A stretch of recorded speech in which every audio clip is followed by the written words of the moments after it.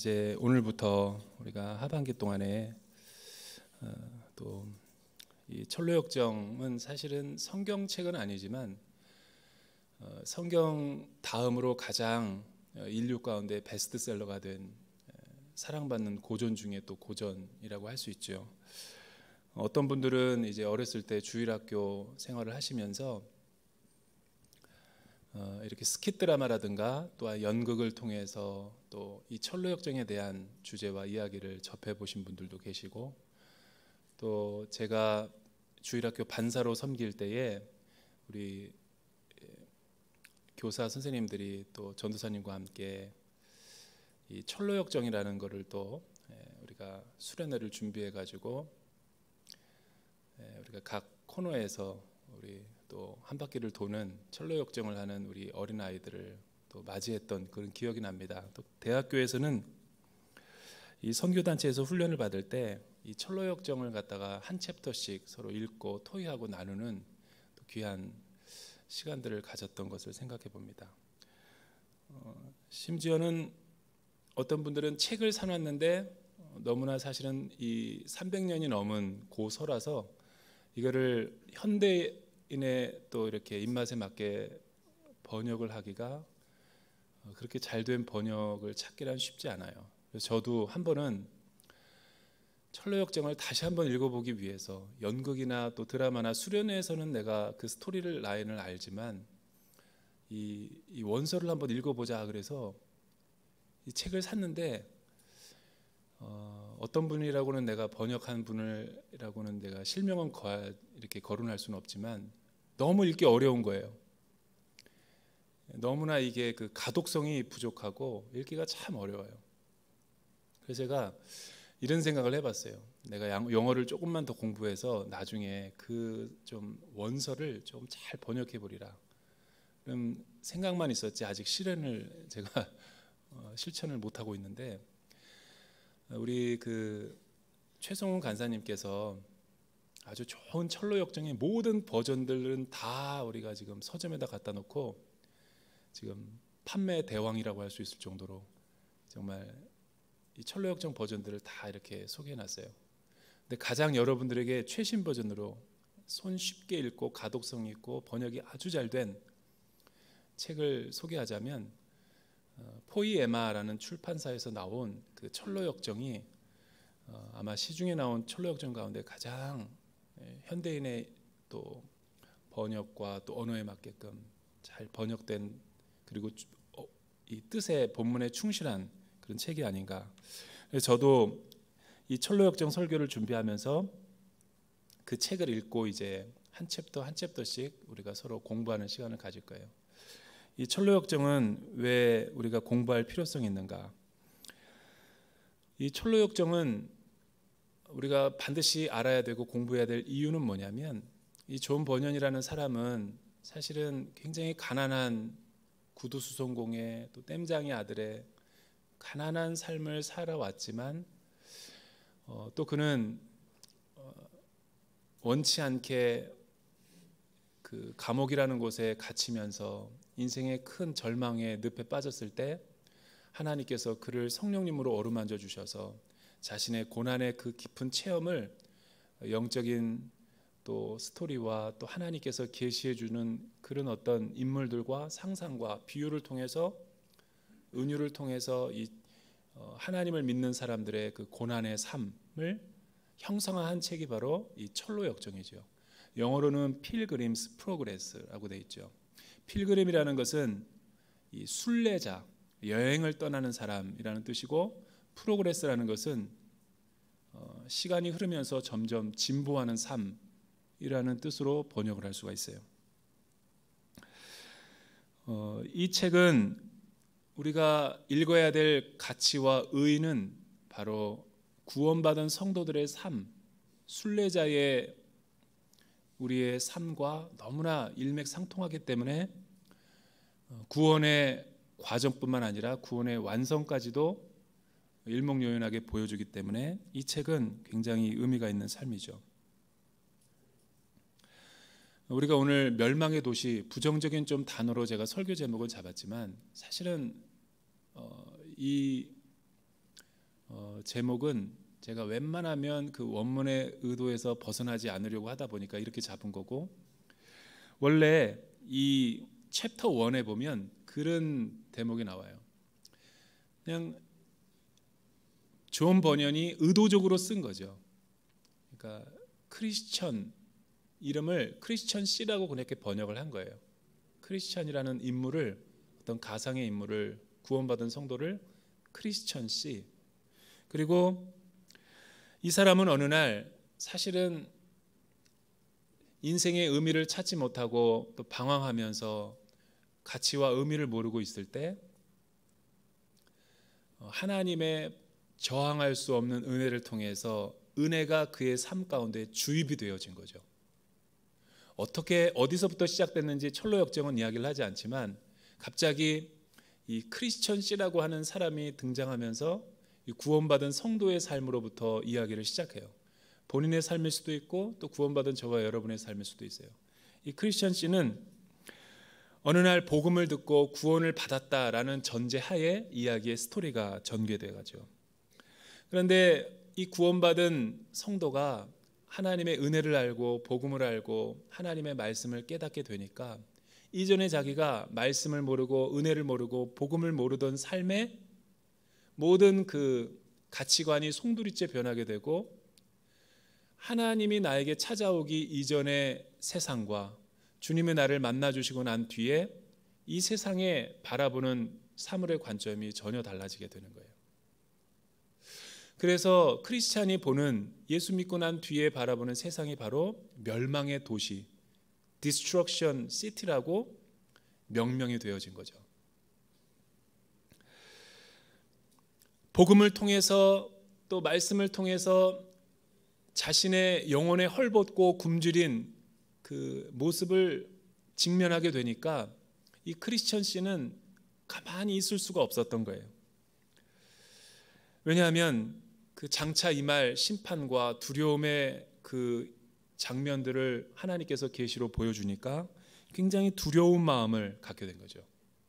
이 두려운 마음 때문에 밤에 잠도 못 자고 또 날마다 하나님 앞에 기도하면서 또 자신만 받은 이 구원을 가지고 구원받지 못한 아내들과 자녀들을 생각하니까 너무나 많은 걱정이 되는 거예요. 마치 우리가 추석 명절날 친인척들이 모이는 그런 일가에 가면 우리는 굉장히 외로움을 많이 느껴요. 왜 외로움을 많이 느끼게 되냐면 나의 신앙에 공감해 주는 분도 없고 또 내가 말하는 것을 도통 알아듣는 사람도 없고 다 불신자 가족과 친인척뿐이고 또 제사 음식을 만들어야 되고 같이 절해야 된다는 부담감 앞에서 나는 그들을 생각할 때마다 나 자신도 외롭지만 그들을 바라볼 때마다 너무나 불쌍하고 측은한 마음이 드는 거예요. 왜 그러냐면 예수 모르고 구원도 모르고 십자가도 모르고 장차 그들에게 임할 그 멸망과 심판과 그 지옥의 장면을 생각하면 사실은 우리도 노심초사할 수밖에 없는 거예요. 이 철로역정에 나오는 크리스천 C처럼. 가족들은 이 멸망의 도시를 같이 떠나자 그러니까 크리스천 C를 남편을 향해서 미쳤다. 미쳐도 완전히 단단히 미쳤다. 이 행복하고 풍요롭고 살기 좋은 이 도시를 냅두고 떠나야 된다니 다들 자녀들과 그 아내는 그를 미쳤다라고 손가락질하는 거예요. 여러분 이 모습을 볼 때 저와 여러분이 어떤 생각이 들겠어요? 이 철로역정이 참 귀한 책인 것이 저도 예수 믿고 처음 주님을 만난 그 기쁨을 가지고 살아갔을 때 꼭 이 크리스천 C와 같은 낯설고 외롭고 누구도 이해해 줄 수 없는 이 내면의 고독과 외로움이 제 안에 있었던 것들 제가 이번 챕터 읽으면서 또다시 상기가 되어졌어요. 그는 이 사실을 안타깝게 생각하고 외롭고 고민하고 있을 때 에벤젤리스트라고 하는 전도자가 그에게 찾아와서 어떤 책 하나를 주죠. 지도 하나를 주고 그 지도 나오고 책에 나오는 대로 네가 이 멸망의 도시, 슬픔의 도시, 심판의 도시를 떠나서 이동해야 된다라는 거예요. 하나님이 보여주시는 그 가나안 땅으로. 비록 그 책에서 그 지도에서 알려주는 길은 넓지는 않고 세상 사람들이 일반적으로 다 가는 길은 아니지만 그 좁은 길을 갈 때 의미가 있고 목적이 있고 가치가 있으며 행복이 그 안에 있고 궁극적인 축복이 너에게 임할 것이다 라는 이 천사와 같은 전도자가 크리스천 씨에게 이야기를 해주니까 무작정 그는 이 순례의 길을 떠나기로 결정을 하는 거예요. 일단 철로역정, 여러분 포스터에 그려진 그림을 우리가 보면 아시겠죠? 어깨에다가는 큰 배낭과 짐 같은 거를 무게를 지고 모자를 하나 쓰고 지팡이를 하나 갖고 또 손에는 어떤 책을 들고 무작정 떠나는 거예요. 그것이 존 버녀는 하나님이 자신에게 성령으로 조명해 줬을 때 크리스천들이 이 세상에서 구원받고 난 뒤에 새 하늘과 새 땅을 향하여 가는 구원의 도상으로 본 거죠.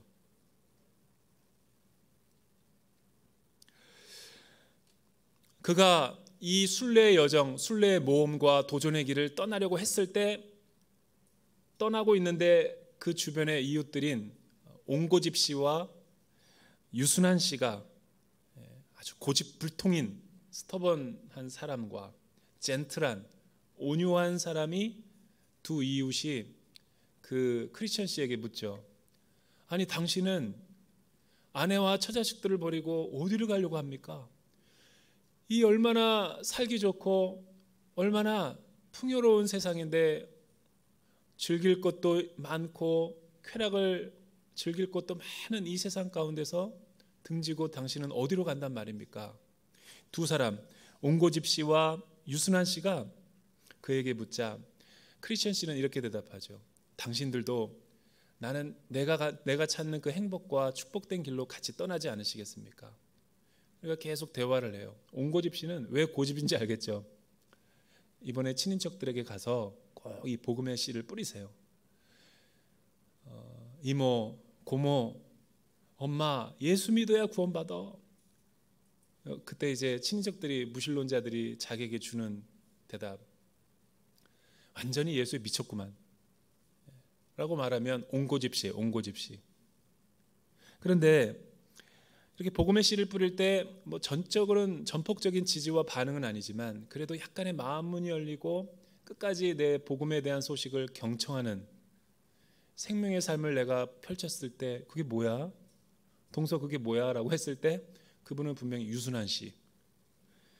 여러분 이분들이 우리 다양한 인물 궁상들을 보여주는 거죠. 우리 주변에 있는 예수 믿고 살아갈 때 우리가 만나는 사람들의 심성을 보여주는 거예요. 근데 이 옹고집 씨는 끝까지 동행하지 않으려고 해요. 그러나 이 유순한 씨는 결국 세상을 등지고 크리스찬 씨가 가자고 하는 대로 순종하며 따라가는 거죠. 그런데 이 철로역정 처음부터 끝의 스토리가 처음과 끝을 우리가 미리 한번 스케치해 볼 필요가 있죠. 처음의 시작이 멸망의 도시에서 시작한다면 끝은 생명수가 넘치는 새하늘과 새 땅 하나님의 도성에 도착하게 돼요. 그런데 이 가운데는 늪이 있어요. 늪.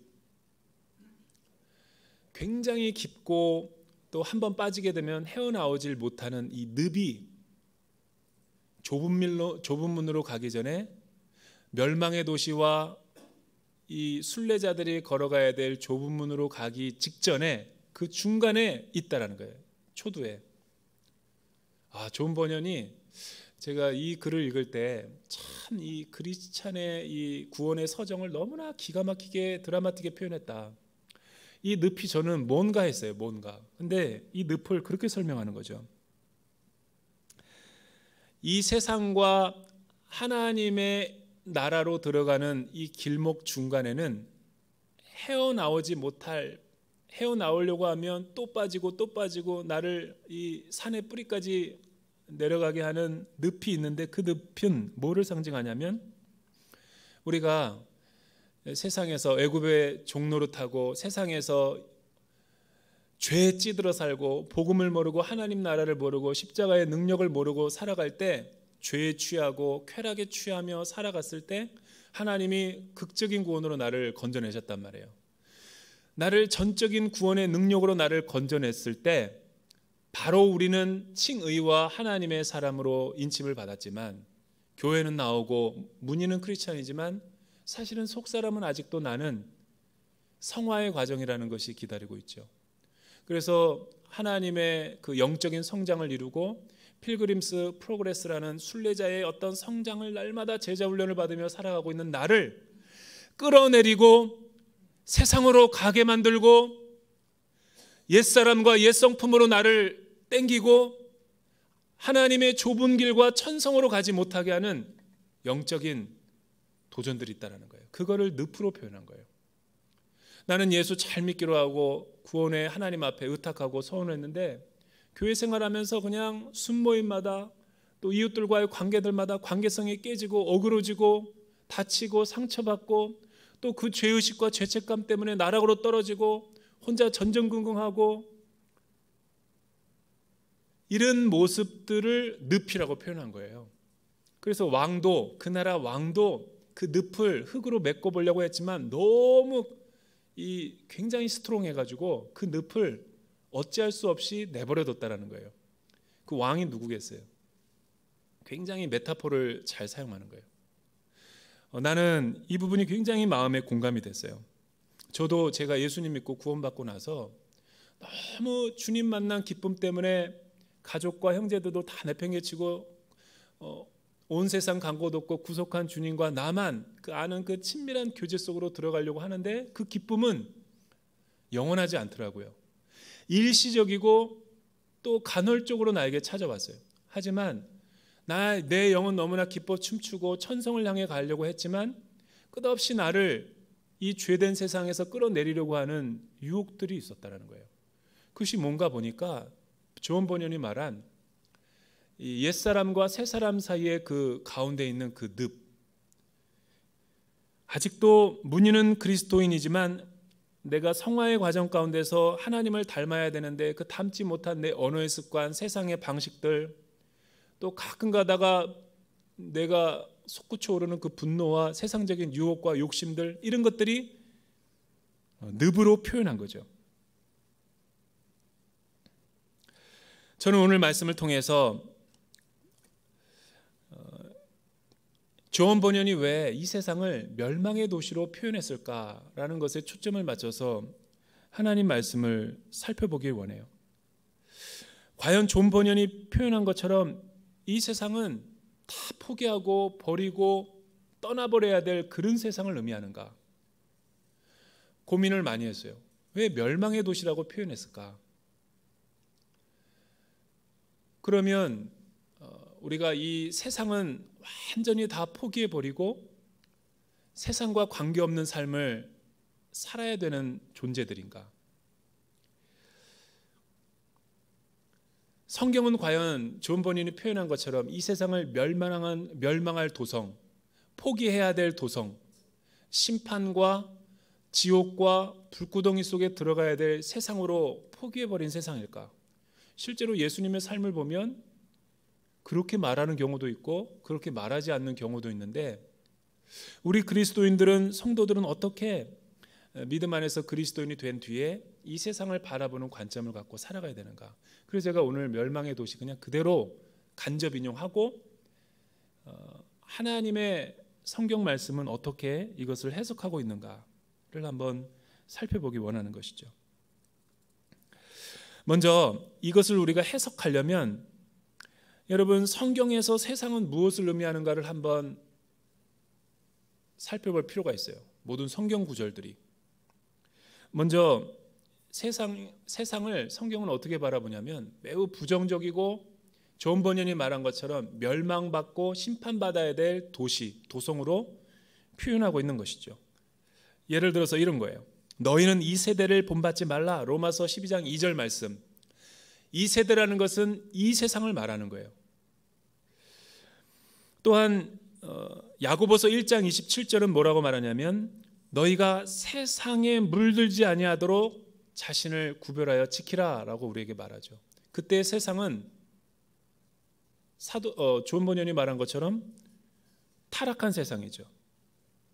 요한복음 15장 19절은 이렇게 말해요. 세상에 속한 자가 아니요 너희는 도리어 세상에서 나의 택함을 입은 자인 고로 세상이 너희를 미워하느니라.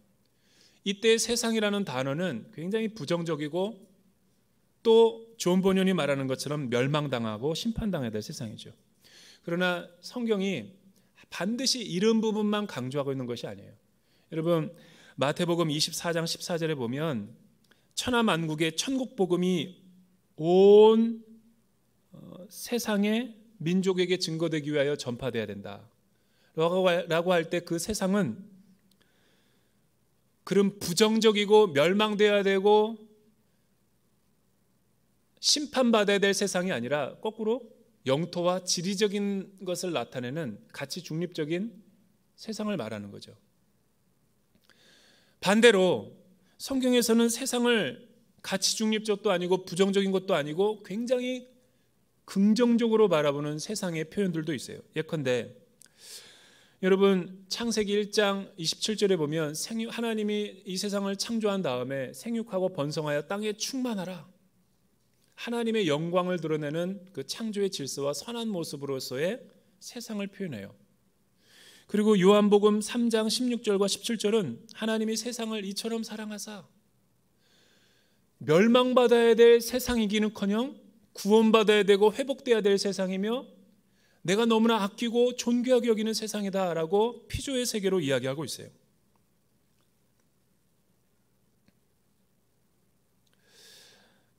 세상을 심판하려 하심이 아니요 요한복음 3장 17절에 보면 저로 말미암아 세상이 구원을 받게 하려 하심이다. 오히려 거꾸로 이야기하죠. 성경이 왜 이렇게 모순되고 상충되는 걸까? 그 이유는 문맥에 따라서 하나님이 어떤 것에 강조함에 따라서 세상이 다른 의미로서 해석이 될 수 있는 여지가 있으니까 그런 거죠. 예를 들어서 부정적인 이 세대를 본받지 말며 이 악한 세대 또 그 세속에 물들지 말고 세상이 너희를 미워한다라고 할 때 그 세상은 하나님의 권위에 불순종하고 하나님이 없는 세속적이고 하나님의 창조 질서가 무너진 타락한 질서와 세상을 말하는 거예요. 그러니까 하나님이 없고 구원이 없고 믿음이 없는 하나님의 구원을 영접하지 않는 세상을 말하는 거죠.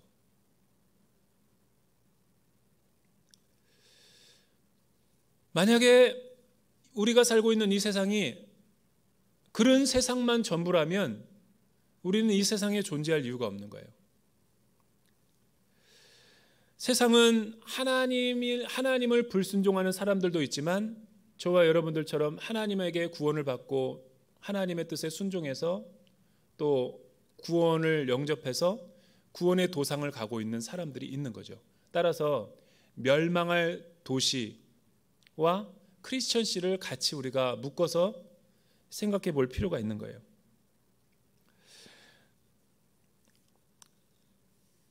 하나님은 결론적으로 얘기하면 이 세상을 어떻게 바라보는가? 믿음의 사람들은 이 세상을 어떻게 바라봐야 되는가? 하나님의 관점으로 바라봐야죠. 하나님은 타락한 인류가 만들어내려고 하는 죄악된 세상은 반드시 심판하지만 거꾸로 이 타락한 세상 속에서 하나님의 주권과 공의와 또 하나님의 말씀을 듣고 구원의 십자가를 붙든 사람들은 하나님이 본래 창조한 창조의 세계대로 회복이 되며 또 하나님의 영광을 드러내는 진리의 파수꾼이 될 수 있다는 것이죠. 따라서 성경에서는 이 세상을 멸망의 도시임과 동시에 구원받아야 될 회복의 대상으로 보는 것도 있는 거죠. 그러니까 멸망의 도시라고 이야기했을 때 이게 초반 부분이니까 이제 우리가 그렇게 바라보는 거지만 우리가 철로 역정을 계속 공부하면서는 우리의 관점을 새롭게 더 넓히고 변화된 모습으로 살아갈 수 있을 거예요. 여러분, 하나님 없는 구원이 없고 믿음이 없는 십자가가 없는 곳은 멸망의 도시죠. 그러나 복음이 들어오고 하나님을 영접한 크리스천씨와 저와 여러분들은 이제 이 세상을 멸망의 도시가 아니라 하나님의 회복하고 하나님께서 구원해야 될 대상으로서 빛과 소금의 역할을 감당해야 될 사명이 주어지게 된 것이죠. 이 멸망의 도시를 떠날 뿐만 아니라 이 멸망의 도시를 죽어가는 영혼들에게 복음의 진리를 선포해야 될 사명이 우리에게 있는 거예요. 그래서 크리스찬들이 구원을 받고 나면 이 크리스천 씨처럼 낯설고 외롭고 이방인이 된 것과 같은 이 뭐라 그래야 되나, 이 나그네와 같은 외로움을 느끼게 되는 거예요. 명절날 믿지 않는 불신 가정들에서 내가 서 있으면 고립되잖아요. 낯설잖아요. 빨리 도망 나오고 싶죠. 빨리 명절이 끝났으면 좋겠죠. 나만 그래요? 여러분도 그렇다고요.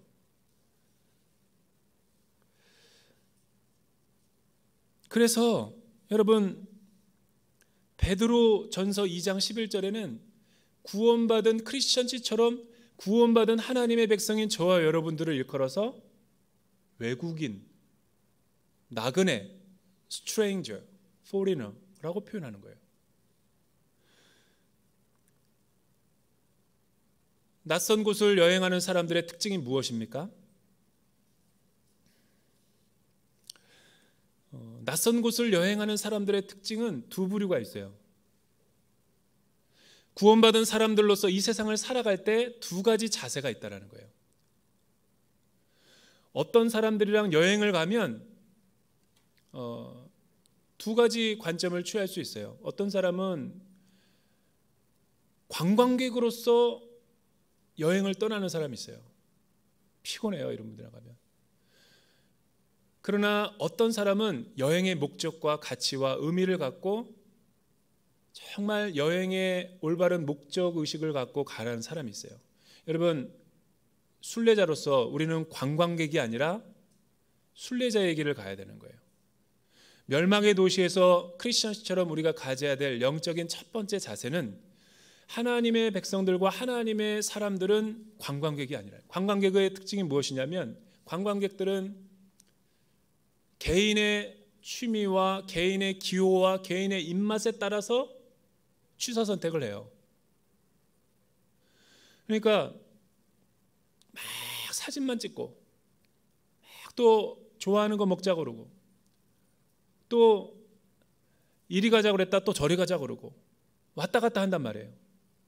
크리스천 씨는 멸망의 도시를 벗어나려고 하는 이유가 뭐냐면 그는 관광객이 아니라 순례자였다라는 거예요.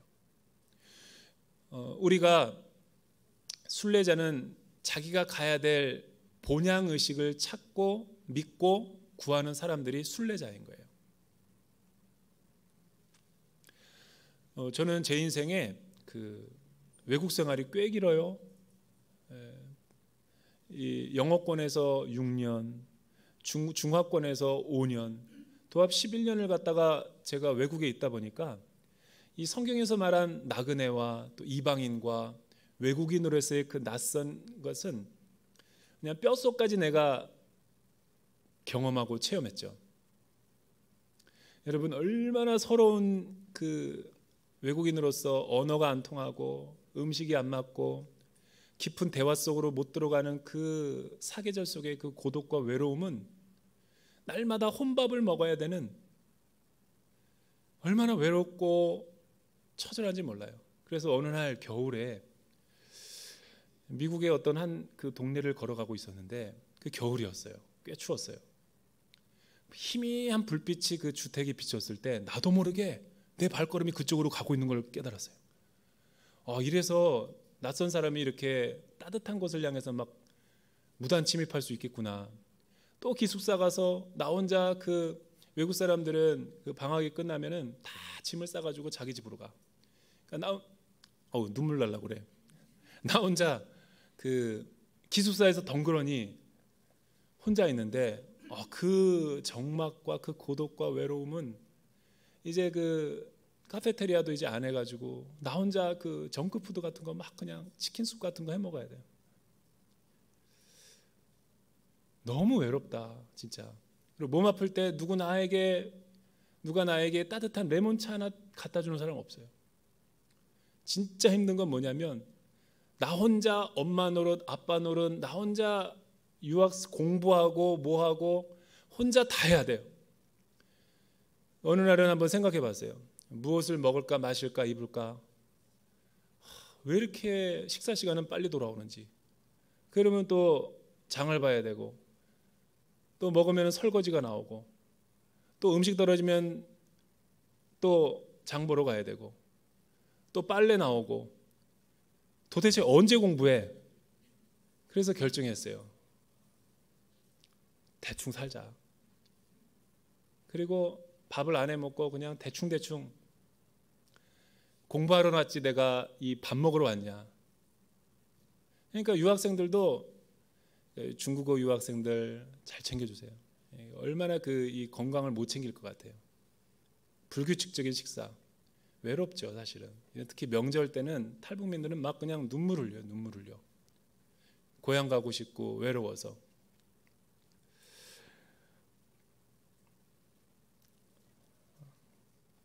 예수 믿고 구원받고 나니까 내가 이 세상에 살아가는 것 자체, 존재 양식 자체가 외로움이라는 거예요.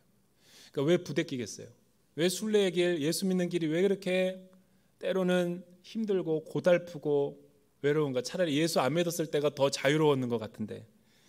왜냐하면 하나님은 우리를 이 세상에 속한 자가 아니라 하나님의 도성에 속한 자로 구별시켰기 때문에 그런 거예요. 따라서 이 크리스찬 씨는 관광객이 아니라 순례자로서의 삶을 살았다라는 것이 굉장히 중요한 메시지예요. 나는 여러분들이 관광객이 아니라 순례자로 이 신앙의 도상을 걸어갈 수 있기를 주님의 이름으로 축복합니다. 믿음의 증인들이, 허다한 구름과 같이 둘러싸인 믿음의 증인들이 마지막 피니싱 라인까지 그렇게 걸어갔다는 거예요. 부대끼고 외롭고, 이 낯설미 우리가 신앙생활에서 없으면 나는 신앙생활을 잘하고 있는 것이 아니라는 거예요. 두 번째, 관광객과 순례자의 특징은 뭔가? 여러분, 크리스천 씨는 순례자였죠. 순례자였기 때문에 좁은 길을 걸어가야 되기 때문에 이 세상을 미워하고 타락한 이 도성을 떠나서 하나님이 원하시는 구원의 도상으로 걸어가야 됐어요. 순례자는 정착민이 아니라 유목민인 것이죠. 여러분, 우리가 언제 신앙이 부패하고 타락합니까? 구원을 받았지만 이 세상을 살아가면서 내 신앙의 위기가 언제 찾아옵니까?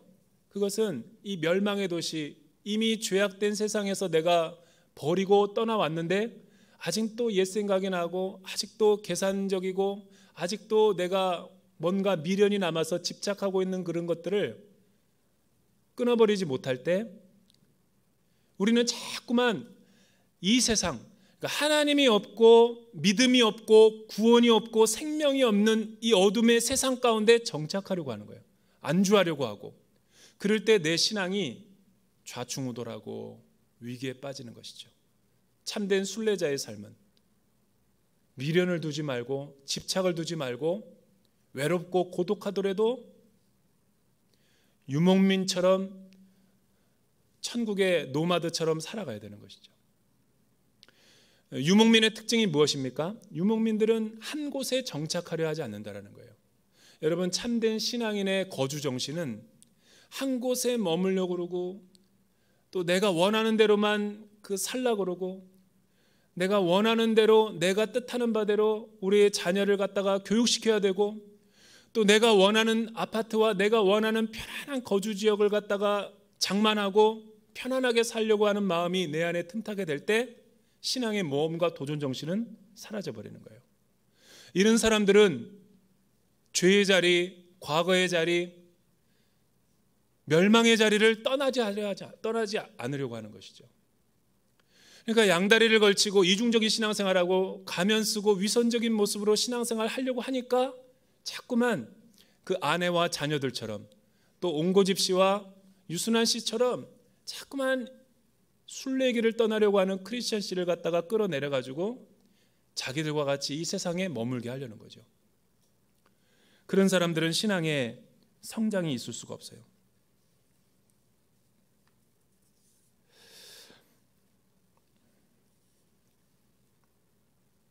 이 땅에 나의 왕국을 지으려고 하지 않았는지 우리가 돌이켜보고 이 크리스천 씨의 삶을 통해서 되돌아봐야죠.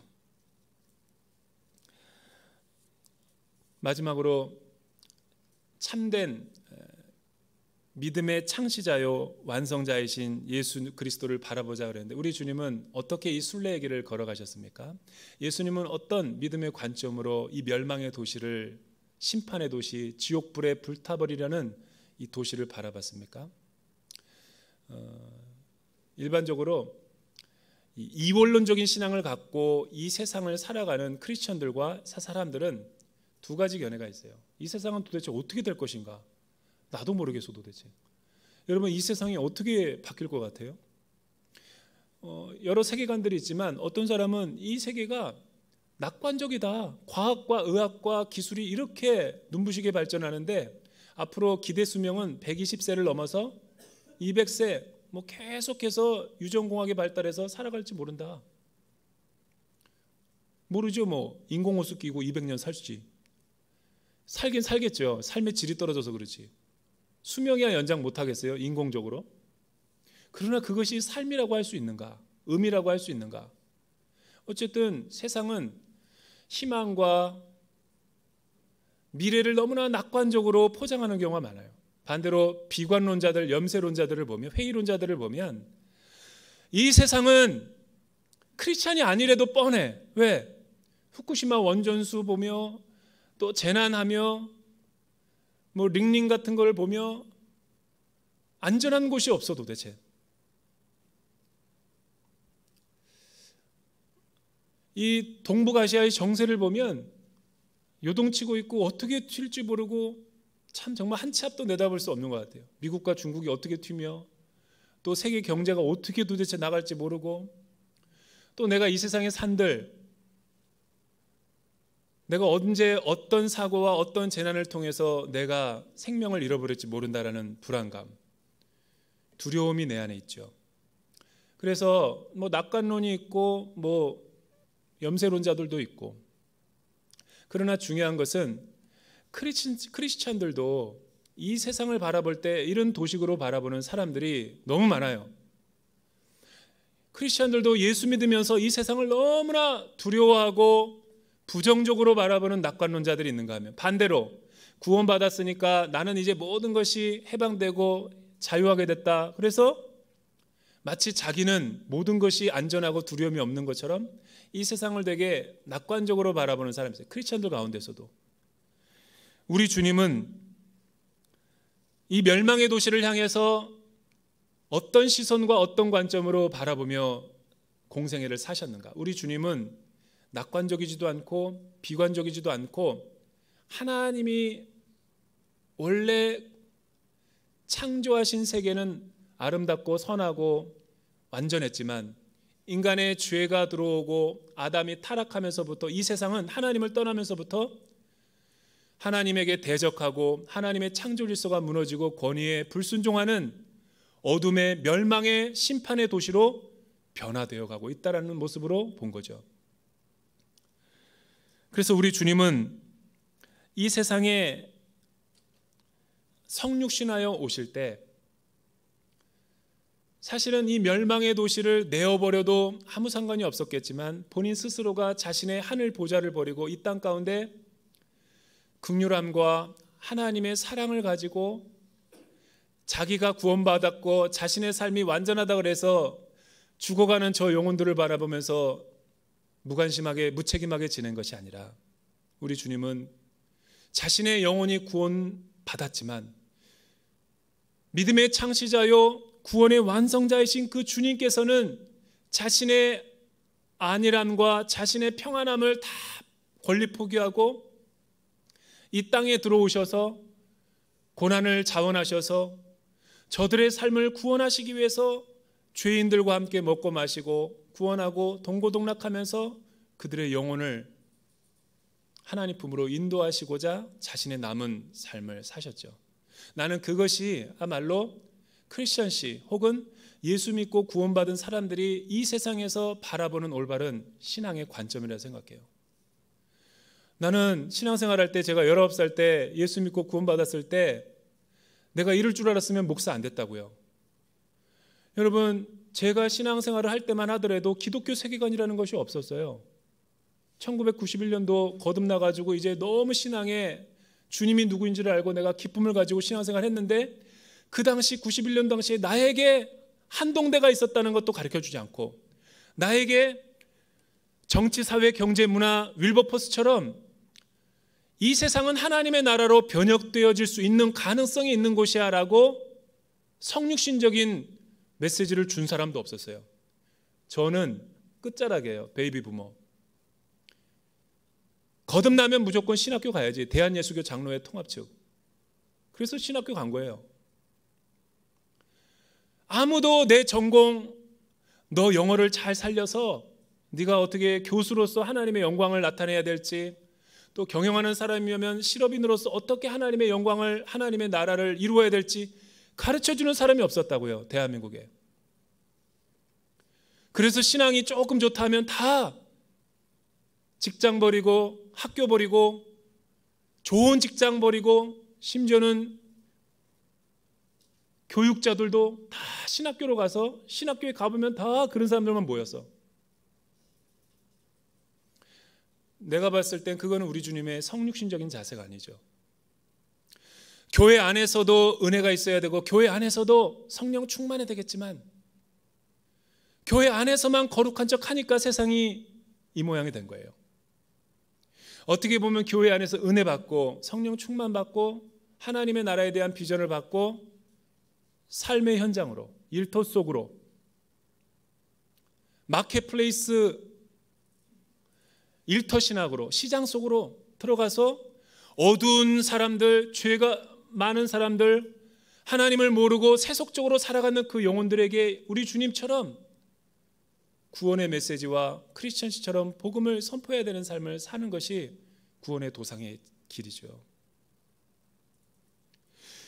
자기 구원받고 천국 가니까 이 세상은 교회 안에서만 개토화돼 가지고 세상은 정말 타락하고 심판받고 저주받은 곳이다, 돈은 세속적인 사람들이 버는 것이다 라고 말하면 안 돼요. 그러면서 헌금 많이 내는 걸 기대하죠. 또 천국을 죽어서 가는 곳, 이원론적으로 생각하면 안 돼요. 물론 죽으면 하나님 나라 가요. 그러나 내가 언제 죽을 줄도 모르고 언제 이 세상 가운데 무엇을, 아직도 내가 라이프 스팬이 남아있는데, 수명이 있다고요. 이 기간에 내가 뭐 할 거예요? 자기의 영혼은 구원받았다 그래가지고 크리스천시처럼 도망가고 멸망할 도시를 버리면 우리는 무책임한 사람이요, 청지기적인 하나님의 뜻을 완수하지 못하는 사람이 될 거예요. 저는 그래서 주부들에게 권하고 싶어요. 감자를 깎다가도 하나님의 임재를 경험할 수 있어요. 담아내기를 깎다가도, 전문 용어가 나왔네, 린징을 깎다가도 하나님의 은혜와 하나님의 사랑을 구속하는 애를 거기서 볼 수 있어요.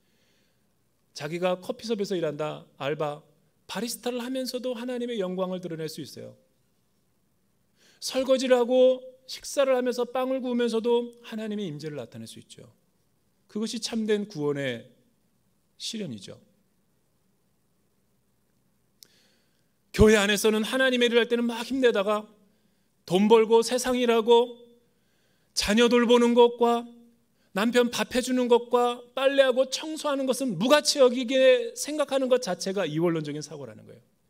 그러니까 교회 안에서는 천국이 실현되지만 정치, 사회, 경제, 문화, 세상의 모든 영역, 하나님의 통치와 다스림이 임해야 될 영역은 타락해 있는 거예요. 멸망할 도시라고 저주하는 거예요. 이게 한국교회의 위기를 자초했죠. 믿음의 꽃방석에 앉아서 자신은 구원받았다고 자칭 의인이라고 하면서 세상에는 전도 안 하고 자기 부모들에게는 전도 안 하고 자기 친구들에게는 전도하는 모습으로 타락해져 간 거죠. 세속화돼 가지고 더 세속적인 사람들이 죄악에 득실거리며 그 지역은 죄가 관영한 곳이 되고 있어요. 우리나라의 모습이에요. 어떻게 할 거예요? 세상이 말하는 세상은, 성경이 말하는 세상은 멸망의 도시이지만 하나님의 창조한 세계로서 회복되어야 될 나라이기도 한 거예요. 그게 하나님의 나라의 참된 신앙인 것이죠. 그러기 위해서는 이 크리스천 씨처럼, 아브라함처럼 갈대아 우르를 떠나듯 죄를 사랑하던 자리, 내 과거의 수치스러운 자리 떠나야 돼요. 떠나는 것이 신앙의 첫 출발인 것이죠. 그것이 우리의 우선순위가 돼야 돼요. 이렇게 살아가게 되는 우리 모두가 되기를 주님의 이름으로 축복합니다. 자리에서 한번 다 일어나 보죠.